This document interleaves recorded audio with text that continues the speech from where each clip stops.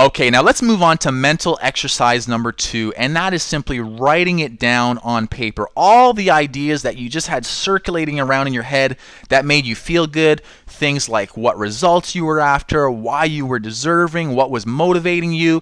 Now you've actually got to put those things down on paper, because reality is this: you're going to get distracted in a couple of minutes, in a couple of hours, in a couple of days, and you're going to forget all about how excited you were to get the fitness and nutrition results that you're really after and that you really want, and that would ultimately make you a much happier person.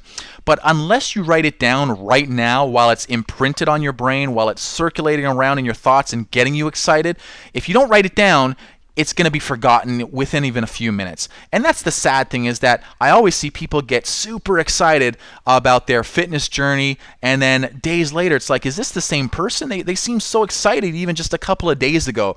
What's lacking oftentimes is that you don't cement those goals. You don't cement the results that you're after because it's not written down. So what I want you to do right now is to scroll down just below this video, and I've actually put together a worksheet for you. It's a goal tracker worksheet, and you can just simply click on that link, open up the goal tracker worksheet, and start to write down everything that is listed on that tracker worksheet. And in fact, I'm going to bring up that worksheet right now so that we can quickly go through it together, and I'll show you exactly how to fill it out in the most optimal way.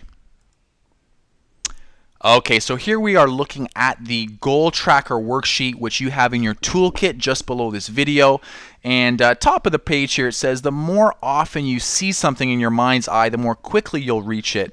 The more intensely you see it, the more surely and completely you will attain it. So fill your mind with positive images by completing the chart below. And so you'll see my mouse right here. What I want you to do is open up your goal tracker worksheet, and you're just going to actually fill in these boxes right there. You can type it in, or you can print it up and fill it in by pen or pencil. But my goal is, and you're just simply going to enter your goal right there, and be as clear as possible, be as accurate as possible, and be as specific as possible. Don't just say my goal is to lose weight. Simply say my goal is to drop 20 pounds by this date. That's more accurate. That's more specific. That's what a real goal is. Then you're going to simply enter the next section. My reason for wanting this goal is, and you'll enter your reason. My reason for wanting this goal is so that I can be healthy to play with my grandchildren, or so that I can continue to play the sport that I enjoy, or so that I can feel good about myself when I put on clothes. Whatever your reason may be, you're going to fill in that section right there. Thirdly, steps that I'll take to achieve this goal. So what are you actually going to do about it? It's one thing to do this mental exercise with me, but then it's actually got to manifest itself in the form of actions. What program are you going to join? What fitness program? What nutrition program? What are you actually going to do? What habits are you going to change in order to make this goal a reality?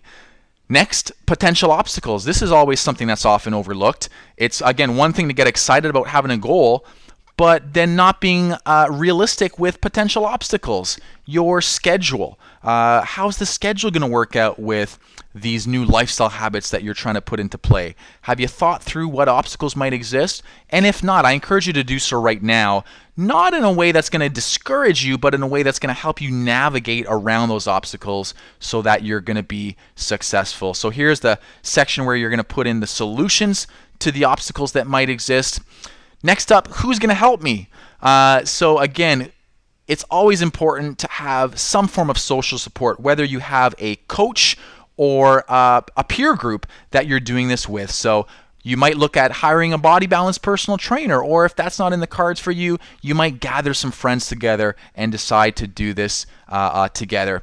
Next up, when am I going to start? That's always an important goal. You know, everyone procrastinates and puts it off until tomorrow, and you know, there's that disease of tomorrow. But decide when you'll start right now, and hold yourself to that. Hold yourself accountable. Tell some other people when you're going to start so that they can hold you accountable as well. And finally, when I'll meet my goal. So plug in a goal. Again, be forgiving if you don't reach the goal within that time. That's okay, but make sure you have an end goal in mind. That's all for today's lesson. We will see you tomorrow.